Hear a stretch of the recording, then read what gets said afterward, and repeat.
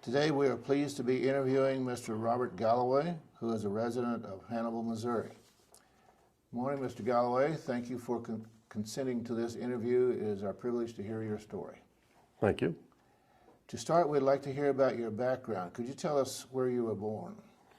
Born in Frankford, Missouri, And when was that? in September the 12th, 1932.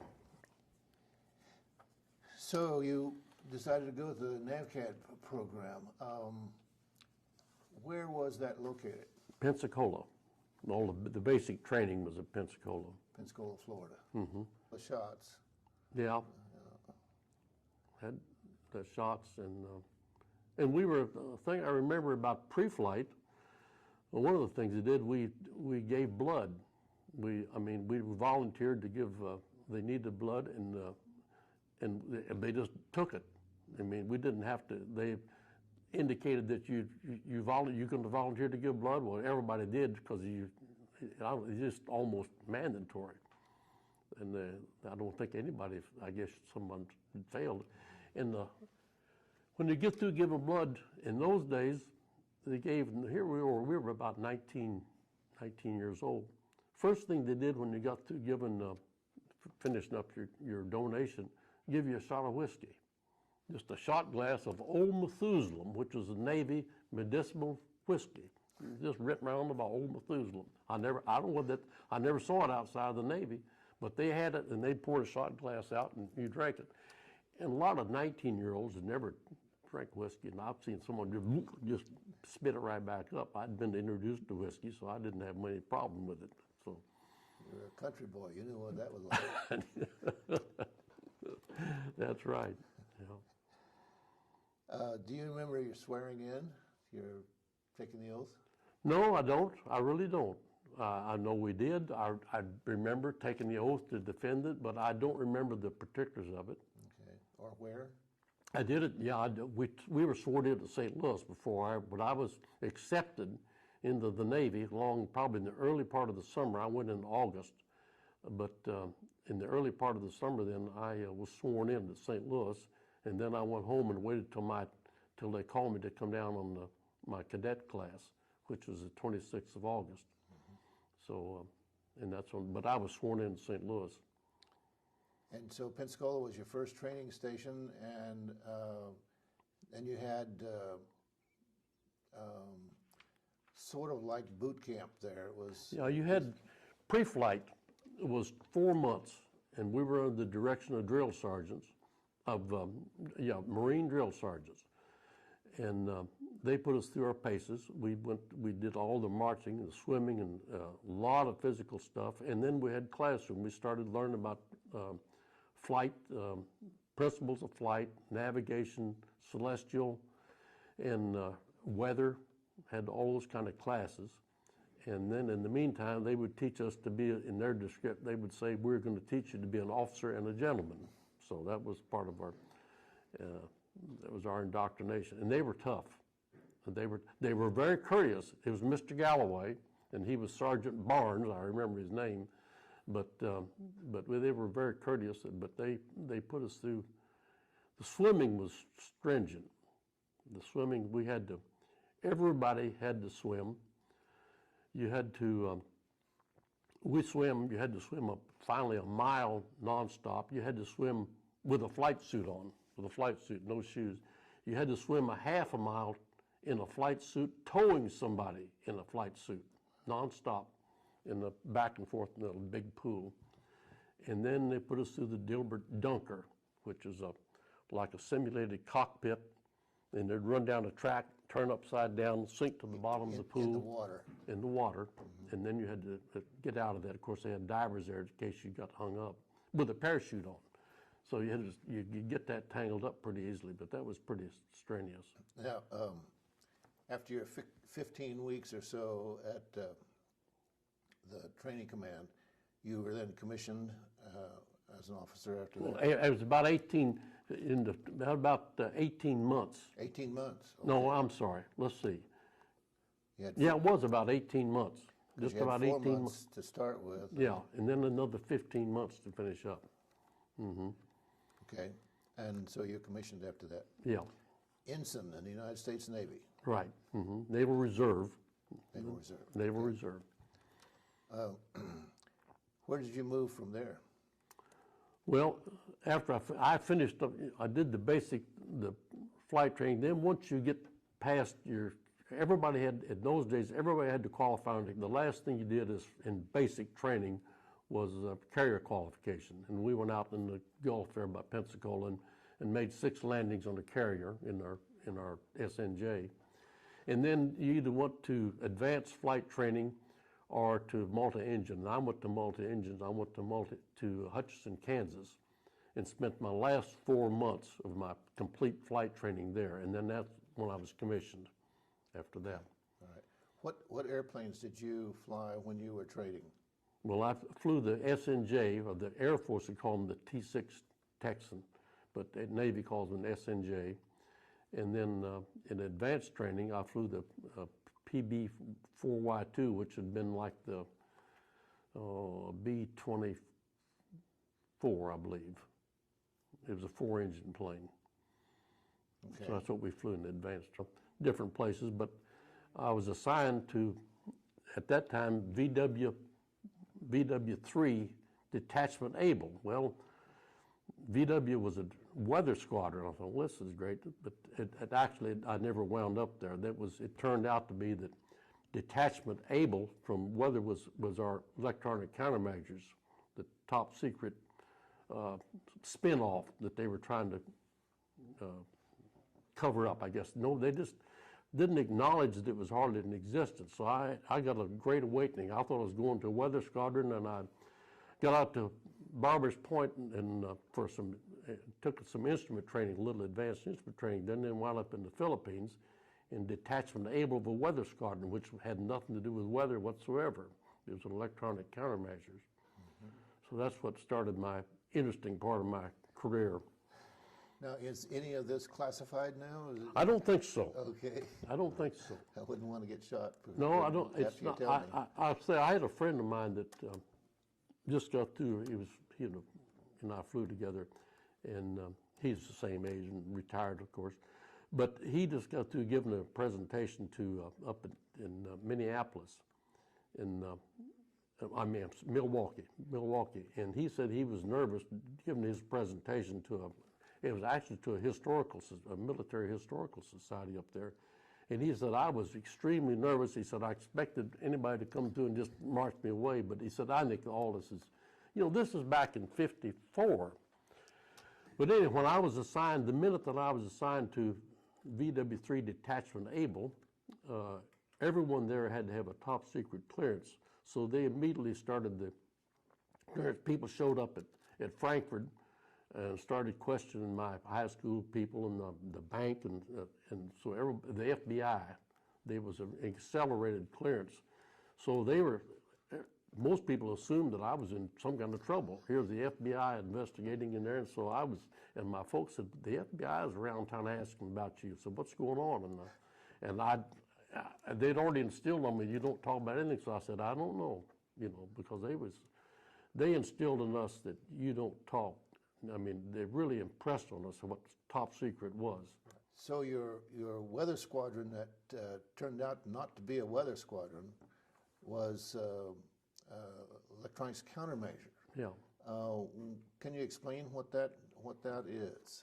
Well, I think I need to set the stage a little bit. Okay. This was they had a Korean truce in the summer of '53. Okay, now I'm at the early part of '54. So we're over there. It was assumed that the truce was not going to hold. So China by this time was all communist, except, in World War II, China was our ally.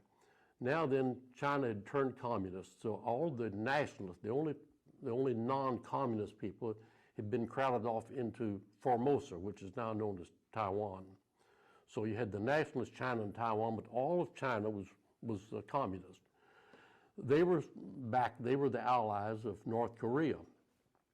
Then you go across the top of Korea and you get over into Russia. Of course, Russia was an ally, the communist. So because you had North Korea and Russia and China. So it was widely assumed that this truce was not going to hold, and we were probably going to have to invade communist China. Of course, we're already at odds with North Korea and maybe even Russia, which is, if you go a little bit east of North Korea, then you go from China into Russia. So they wanted to know, what if we have to invade these countries, what are their capabilities of interception? So our job was to go along the coastline of China and on over up into Russia, around Vladivostok, and plot. And we had detection equipment where if somebody would search us with their radar, we'd fly along hoping that they would come up and search. Then we could detect, get a bearing on their station and find out where the station was located. Now remember, the stations weren't portable then; they were permanent base stations. A radar site now, then of course you could just move it on a truck. But in those days, they were permanent installations, made pretty elaborate, so they couldn't be moved. They were just there. So if we could determine where the radar sites were, that was what we were trying to do. And not only determine where they were, determine what their capabilities were. And so we fly along the coast at night, and hopefully when they search for us, then our people didn't actually. Our squadron, we were actually transporting the electronic people in the back of our plane. I was one of the pilots. Then we took them along the coast, and then we had a panel of people in the rear of our P4M, electronic countermeasures officer, and about 3 or 4 enlisted men at consoles, and they had equipment that they could detect the frequency of the radar that was searching for us, and various things about it. So mainly to locate it, we were trying to locate their radar sites and find out their capabilities. Well, the location was fairly simple. The capabilities were, we would frankly antagonize them to see if they would try to intercept us, and they did. Sometimes they would just observe us. Sometimes, of course, they would attack us. And so that was I just wanted to set the stage of what we were trying to do. Mm-hmm. So it's like making yourself a target and hope they don't really shoot. That's exactly right. So we had all of our missions were at night. We tried to schedule the bulk of them in the dark of the moon.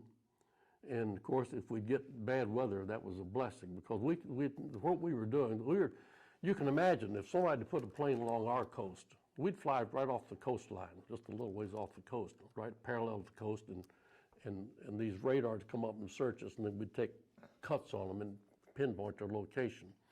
But see, in those days, they didn't have the capability of really, especially the Chinese. The Russians did, and the Russians were supplying China with the MiGs, which was what they'd send after us, and sometimes Russian pilots. But so they weren't. But the capabilities were not as good as they are now. So it sounds. So if they just didn't at night, they didn't like to do intercepts. They were just not able to do it. They didn't have the equipment in their fighters to do a good job. But they got better as the time went on. But so we were reasonably safe at night, especially in dark weather. So we moved up to Iwakuni. Well, the coastline along China and Russia is quite a long coastline. Oh, it is. So you were in the air quite a bit. I mean, a long time for mission. A typical flight, we would leave the Philippines about a little before dark, and then we'd fly normally. If we on our first flight, we'd usually fly about a series of 3 or 4 flights. So we'd head over towards Hong Kong and hit the China coast right above Hong Kong, right a little below Taiwan, usually in that area.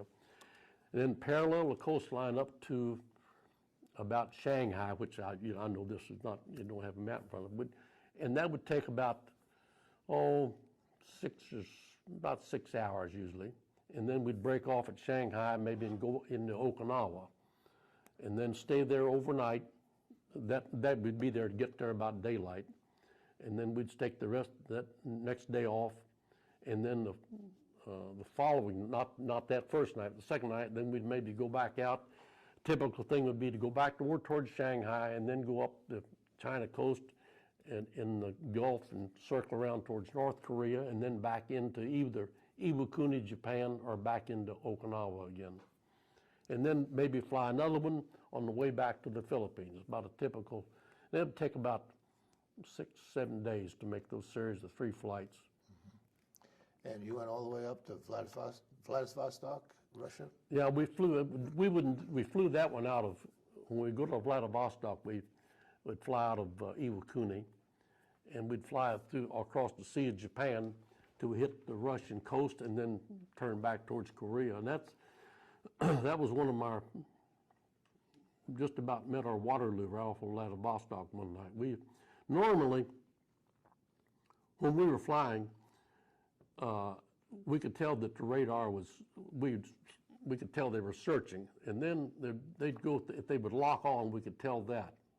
And that usually put us on alert. In other words, they'd gone from a wide search to on our plane. So that would put us on alert. And then sometime they could shift to intercept a different frequency, and we could detect that. And when they went to intercept frequency, that means they were getting ready, they were capable of guiding a plane out to intercept us. And that was really, but on this particular night at Vladivostok, we missed it all. We didn't, the first thing we knew that there was MiGs firing on us in fact, I heard our tail gunner open up. We could hear the tail gunner. When we were on station, we had our tail turrets and bow turrets and top turret all manned. I heard the tail gunner open up, start firing, and then they said there's 2 MiGs making firing pass, and then you can start to see the tracers come by. So our escape mode was to dive to the deck, get on the water. We'd be flying at about 9,000 feet, so we'd head for the water and fire off our jets to get more speed. We didn't normally, that plane had 2 reciprocating engines, 2 jets on the same nacelle, but we didn't use them because they used so much fuel to use for takeoff and climb out and for high speed escape or run. So we fired off the jets. I was flying co-pilot this particular night, and my job was to fire the jets off and get, while we dive for the deck. And the MiGs made 2 passes at us, and I had an additional scare because if you're familiar with the plane at all, the altimeter is kind of like a clock. It's got a short hand that spins 1,000 feet. The big hand goes on the hundreds, and of course, you're unwinding if you're going down. And I got the jets lit, and we were just leveling off right above the water. And I thought we were going through 1,000 feet. I glanced at the altimeter, and I thought we were going through 100 feet. And I thought, well, I just braced for that. I thought the water's coming, but it was going through 1,000 feet, so we were safe. But I was busy doing my co-pilot stuff, and I wasn't watching exactly what was going on.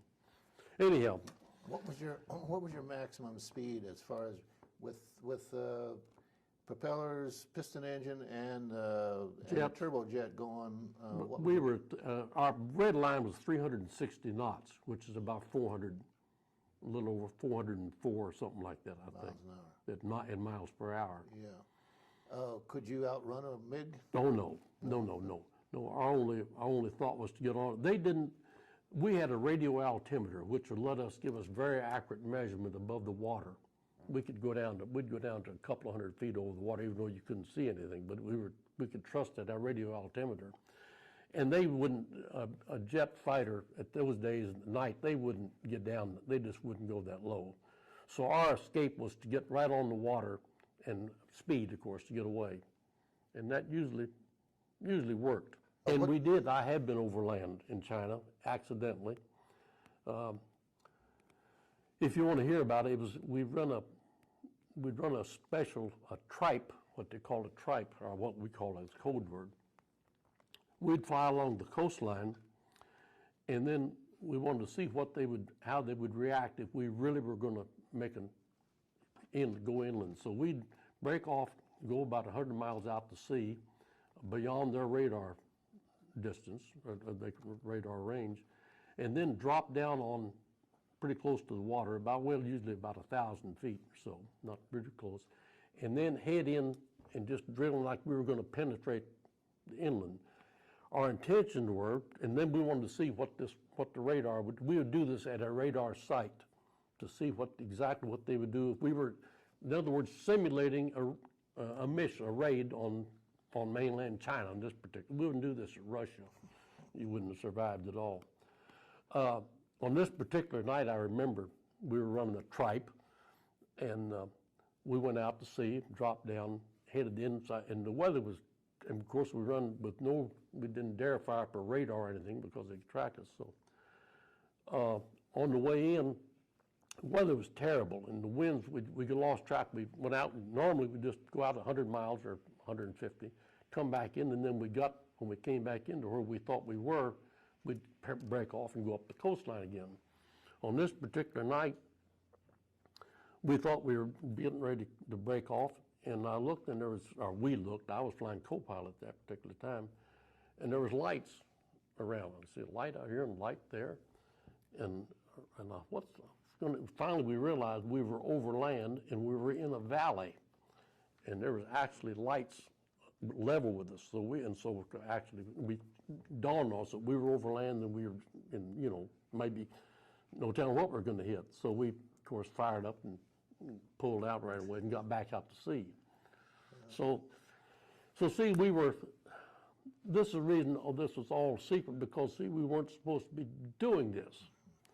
And I've seen the congressional people come over there, and they would raise heck because they were intercepting our plane, and we were over international waters, and it just wasn't that way. Okay, Bob, what kind of armament was on your P4M? Okay, we had in the nose we had two 20-millimeter cannons. In the tail we had two 20-millimeter cannons, and on the top turret, which is the third gunner position, we had two 50 caliber machine guns. Okay, and you had a bomb bay door? Had a bomb bay door, but we didn't carry anything but fuel. We carried 4 500-gallon fuel tanks in our bomb bay, and we transfer those. The fuel from that up to our wing tanks. So the minute that we started, when we left, soon we start off and climb out, and then we started transferring fuel, because it was always assumed if something happened, you'd have to drop lighten up your load. And so we wanted to get as much fuel up in our wing tanks as we could, so we've had to drop our belly tanks while we wouldn't lose so much fuel. You want to put that in front of you there so that you can see it on the video. You can point out some of these things that you were talking about. Okay. Well, here's the two 20 millimeters, and here are the two 20 millimeters. Here's the top turret. They asked, some people have talked about this, said, well, how could it look like you could shoot the tail off? Well, of course, they had a cutoff. If you swing that turret around, as it went by the tail, it had an automatic cutoff, so you couldn't fire as it went by the tail and shoot your own plane up. Mm-hmm. And what are those threads there represent? Oh, those were antennas. Okay. Antennas. And since you were electronics countermeasure, you had a lot of... Oh, we had stuff sticking all over it, yeah, mm-hmm. Antennas all over the thing. Right. And you had 2 piston engines and 2 jets. Can you? Yeah, these were Pratt & Whitney 4360s. These are the largest engines, largest radial engines ever made. They had 28 cylinders each, and they burned about 115 gallons an hour each at cruise speed, much more than that when you take off. And then the jets down in the same engine nacelle, a little door dropped down right there. And then for the intake for the jets, we burned gasoline in those, just like the radial engines. Mm-hmm. And in your regular crew, not talking about the electronics countermeasures crew, but the regular crew that operated the cockpit and navigation and your guns, how many members were in that? Okay, we'd always have 3 pilots. I have a pilot and co-pilot and navigator. And then usually the co-pilot and the navigator traded off, either do it a flight or halfway through or something like that. And then you have a plane captain, which would be an enlisted man, usually a first class mech or a chief that was in charge of the plane. And then you had probably a second a mechanic. And then you had a radio operator and a radar operator, and usually a backup on those. So we'd have a crew of about 9 before you got to the electronic people. And usually the second radio operator, the second mechanic, and the second radar operator would double as gunners when you're on station. When we'd get out and get close to where we thought would be a dangerous time, which is pretty close anywhere around the coast, then we'd man our gun positions.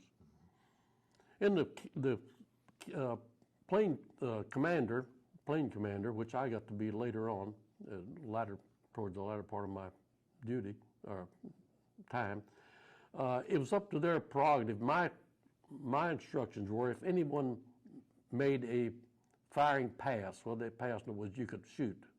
We had quite a little bit of leeway how we handled our plane. Of course, a plane commander is kind of like a little bit like a ship captain. It's his responsibility, and so he has quite a bit of leeway of what he does and does not do. And my instructions were always just like most people's. If someone makes a firing pass, even if they're not, because see, we would have sometimes they would intercept and just fly where we could see them, maybe because they sometimes ran with running lights. Now, we never had lights on at all. We ran in complete dark. And but sometimes the intercept planes would come out and we could see them with some running lights on. They weren't going to do us any harm. So they just maybe shadow us off, and sometimes you couldn't see them, but you knew they were out there because it was so dark. But if my instructions were, and most people, if someone made a firing pass, in other words, then you could open up on them. And I've been not in North Korea, I've been in South Korea, of course. I actually went over there pheasant hunting from Japan. That was on R&R? Yeah, R&R, yeah. Pheasant hunting in Korea, that's a little bit different than Frankfurt, I'll bet you. Yeah, a little bit different. Yeah, it was funny. Another guy and I went over there and hunted for a few days, and the natives, the South Koreans, they wanted the pheasants killed. They didn't have any firearms, so you'd go out hunting through rice paddies and little patches and things, and you'd have a whole troop of South Koreans following you, telling you where to look for the pheasants because they wanted them shot because they're stealing their crops, you know. Right. It's kind of interesting. You mentioned that you had an enlisted man as the plane commander. Plane captain. Plane captain, so that's different. Yeah, plane commander was like the pilot. Okay. If you were a patrol plane, I was designated as a patrol plane commander in the P4M. So I was a command pilot, I guess you'd say. The plane captain was an enlisted man, and he was responsible for the maintenance and operation of the mechanical part. Okay, that's what I was wondering. Had you ever had any difficulty with your crew as far as morale or anything like that? No. We just didn't, not really.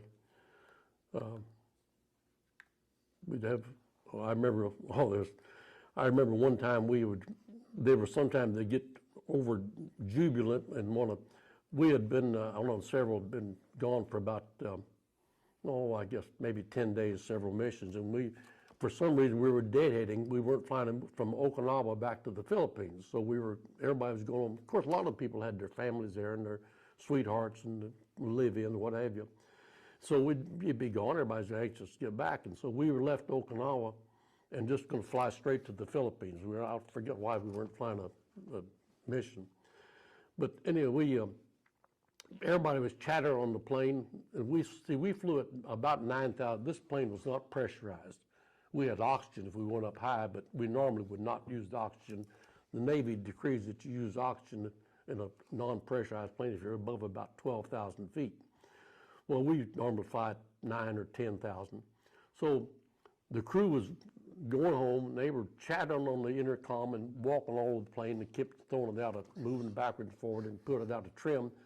So the other pilot and I slipped on our oxygen mask and put it up to about 16,000. And everybody kind of went to sleep, and then we eased back down to about 9,000. Everybody slept like babies all the way home to the Philippines. So we just kind of Put them to sleep. put them to sleep. Yeah. Tired of this noise.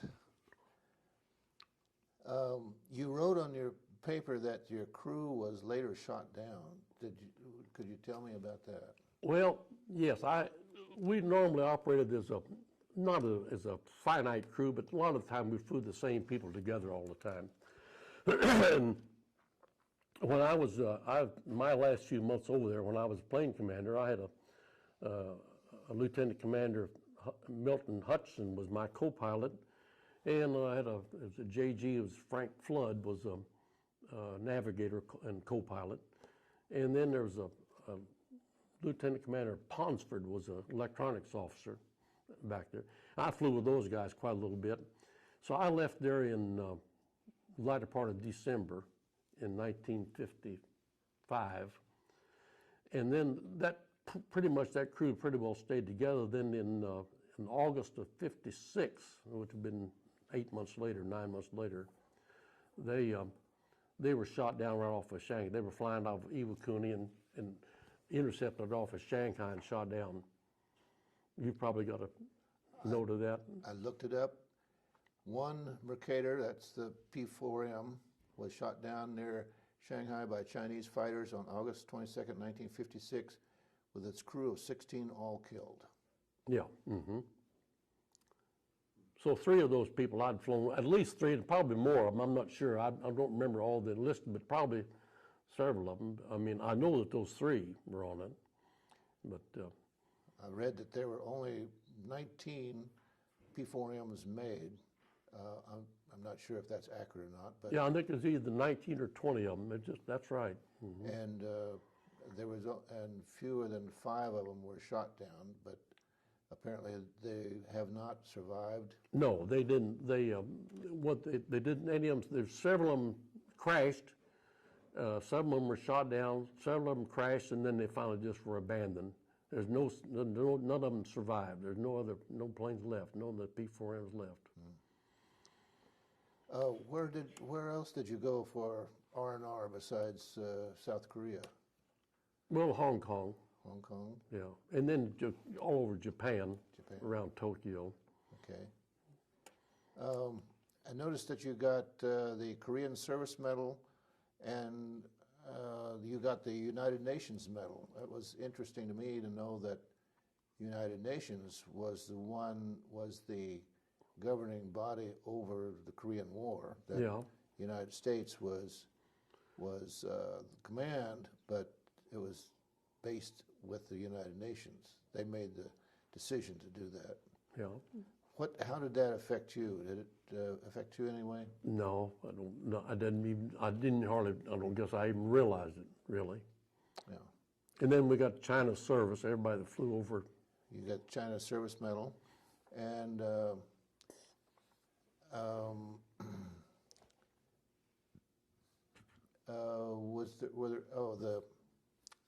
National Defense Medal. I think everybody who was alive got one of those. Yeah, I think that's right. Yeah. Do you have any, any other stories about your piloting in the Korean area? Well, we had I guess a youthful mistake that could have been very dangerous. We went out of Okinawa one night, headed towards Shanghai, I remember distinctly, and we were, I guess, about an hour or 2 out, and we had some kind of I forget the problem, we had to abort the mission. It might have been electronic part of their equipment. It wasn't our mechanical, so it must have been something electronic. For some reason, we aborted and went back in. So we had the great idea. We were based at Naha, which is a Navy base at Okinawa, and Kadena is another base there, an Air Force base. It had one of the greatest officer clubs in the world. You can go there, just the meals are outstanding, get lobster and everything. So when we aborted this mission, we said, we had the great idea. So, let's turn on the jets and I believe we can get back. I was flying co-pilot, as a matter. I said, we can get back in time to get up to Kadena for, our evening shot anyhow. So we get up to Kadena for a good meal. So let's fire up and get back. So we turned on our jets. And of course, with the jets on at cruise speed, you can burn off your whole fuel load in about 2.5 hours. I mean, it takes tremendous amounts when you have the jets on. So we turned on the jets, got back over Okinawa in a couple of hours or a little less, and been a thunderstorm movie. And I mean a thunderstorm like I've been in lots of bad weather. I've never seen anything like this. So the rain was so heavy that I thought it was going to force our plane down. It was literally like flying underwater. I've never experienced anything like it. So here we were, and we were trying to make when you can't see the runway, you have a GCA, a ground control approach, where you get the instructions from a real close radar on the ground, and they tell you to turn the headings, give you altitudes, and you just follow their instructions. They just talk to you, and go down 300 feet, so and so and so. So, and then when you get down to minimum, they guide you right over the runway, and then when you get down to, I think, either 300 feet, then you have to see the runway, or you have to take a wave off. You can't see it because you can't land. So we'd made 2 approaches with the guiding them in, and we were out of, and of course, you had to leave your jets on now because you had to have that when you take a wave off, you had to have the power to climb back out again. So we'd made 2 approaches and couldn't see the runway, and we were down, out of fuel. And so finally on the 3rd approach, they brought us down, and finally we hit minimums and said, you've gone through GCA minimums, take a wave off if you don't have the fuel and fly. Well, we cheated on down another 100 feet or so and saw it, runway, and landed real long, locked up everything, and just blew out one tire. And there we were on the runway, but foolishly, because here we came back over there out of fuel and had this thunderstorm, and it could have been a disaster. Well, as it turned out, all it was just a shaken night, but and a blown tire. And a blown tire, and much wiser. No damage done really, but to our pride. When you were getting ready to leave the combat zone, what was that like? Were you glad to leave? You thought? Yeah, being able to come back home. Mm-hmm. Yeah, as a matter of fact, it was. I'd flown. I didn't have my wife with me, so I'd flown a lot of missions. I flew 86.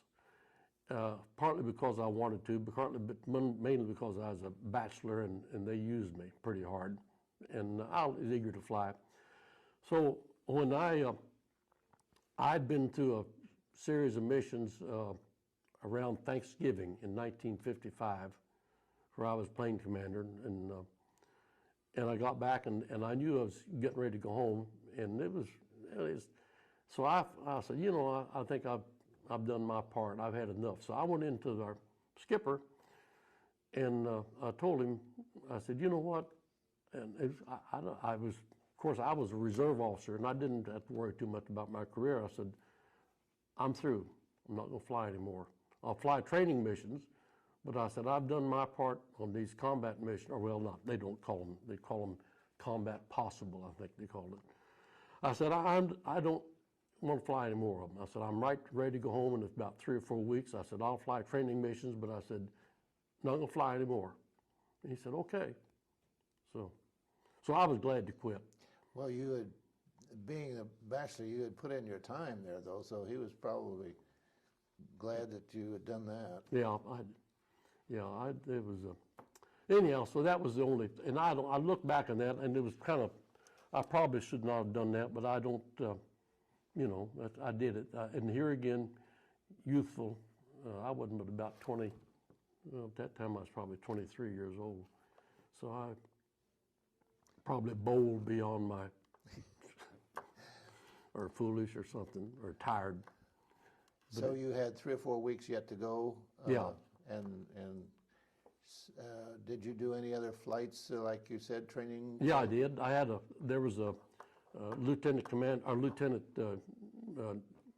Dean North who had come to the squadron, and he was been assigned to me to check. I was supposed to be kind of his mentor to check him out in the plane, and I flew quite a few times with him. Yeah. Just so most people may not know the Navy rank, you start out as ensign, and then what?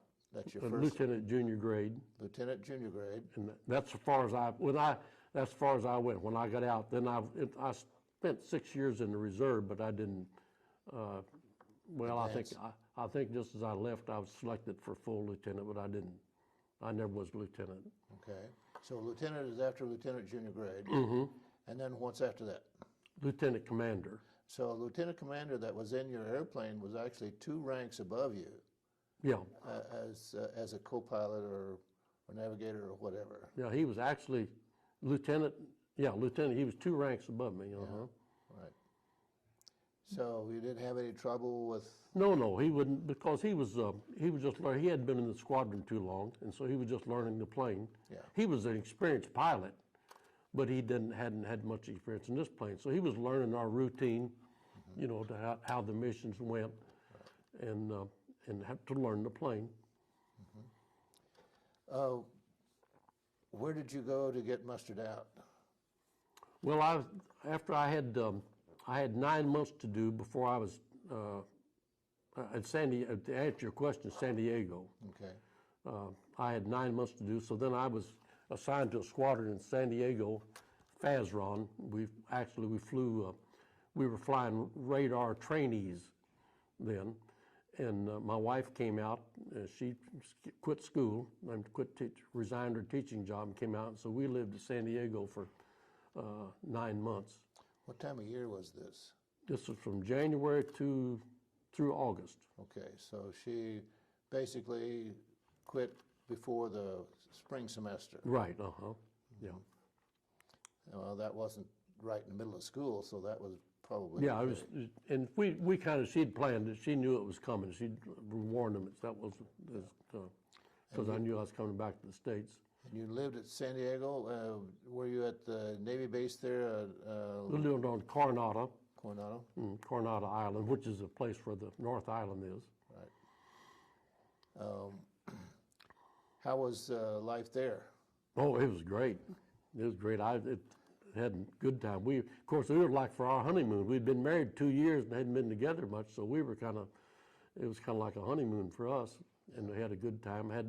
And knew a lot of people. A lot of the Navy people you run in, you see them over and over again. So I knew a lot of people there, and we lived in an apartment and had a great time. I only had to fly about 2 or 3 hours a day, and really easy life. Mm-hmm. As a Korean War veteran, how were you received by your friends and family back home? Oh, okay. It didn't have the stigma. See, Korea was not like Vietnam. It was, people were, you served your country. The Korean War was not nearly as much controversial as the Vietnam War. It's assumed as something we had to do or did do. It wasn't controversial. Vietnam was entirely different. But yeah. Where did you serve your inactive duty? At St. Louis, NAS St. Louis. Okay. I was a student over at the University of Missouri at that time. Okay. And so on weekends I went into St. Louis on once a month and flew out of there. Okay. So you had to maintain your pilot's certification by flying Yeah, once a month? we went every month and spent the weekend flying, and we'd take training flights out of St. Louis, and we even went deployed out to California for one summer, for I think a month, I believe. What did you do after the military? Well, after the military, I finished up my education, got a degree in civil engineering, and then I went to work for Ozark Airlines. What were your thoughts about the military service at the time that you served? Well, I got more enthused about it after I got out. It was just a job. It's a lot of, and you think back on it, you think about the good times, you don't think about all the bad times. The Philippines, hot and stinking and dirty. There's only two kinds of weather in the Philippines. It's either hot and wet or hot and dry. It's hot.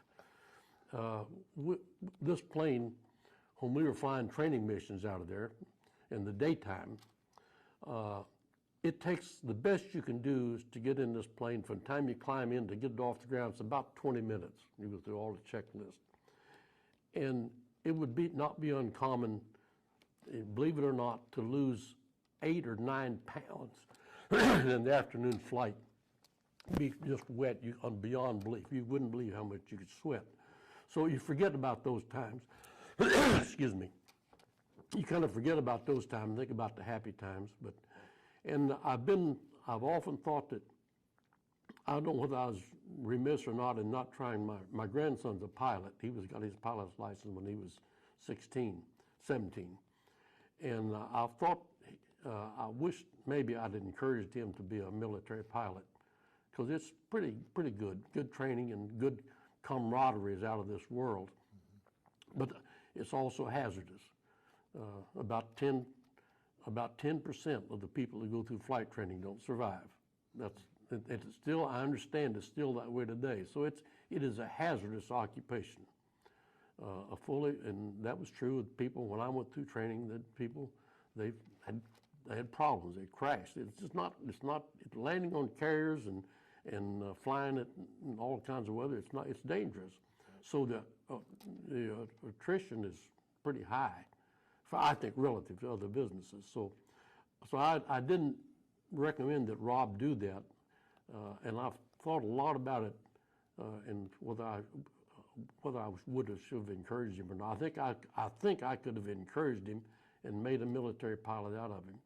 He had all the aptitude for it. So I don't know. I've thought a lot about that. Have you learned any life lessons in the military? Well, I don't know. I've learned, I guess the most significant thing I've learned is, it's not very patriotic, is be a little mistrustful of our government. I knew what we did, and I got a hunch and the government they wouldn't tell the truth. I don't know whether it's right or not, but so I've learned to be very distrustful of our hierarchy in our government. Maybe that's cynical, but that's just the way I feel. I don't feel like that they do so much that they're self-motivated for their self-promotion that they lose track of what's good for the country. That's my life lesson. Easy to do. Do you have any advice for young people who are going into the military service today? This it's good training. I'll have to say this, and this sounds a little bit cynical, but if you must go in the military, try to be an officer. It's a whole different life than being an enlisted man. It's a better life. You have a lot of privileges. You earn them, I think, but it's a whole different lifestyle. And so if you're going to go to the military, try to go to school, get a degree, and become an officer. Okay, could you explain a little bit about this this frame, Bob? Okay, well, I guess the most interesting thing is the tie. It's traditional. When you fly your first solo flight, of course, in those days you wore a tie. Everybody wore a tie and a shirt and tie. It was our working uniform. When you make your solo flight, when you come in, they cut your tie off, if somebody cuts it off, one of your fellow pilots cuts your tie off and put the aircraft number that you were flying on your solo tie. And then usually at the club that night, well, you probably have a few beers and that sort of thing. But that's the most significant. The rest of this stuff is just, of course, that's a picture of me as a cadet when I was in my earlier lifetime.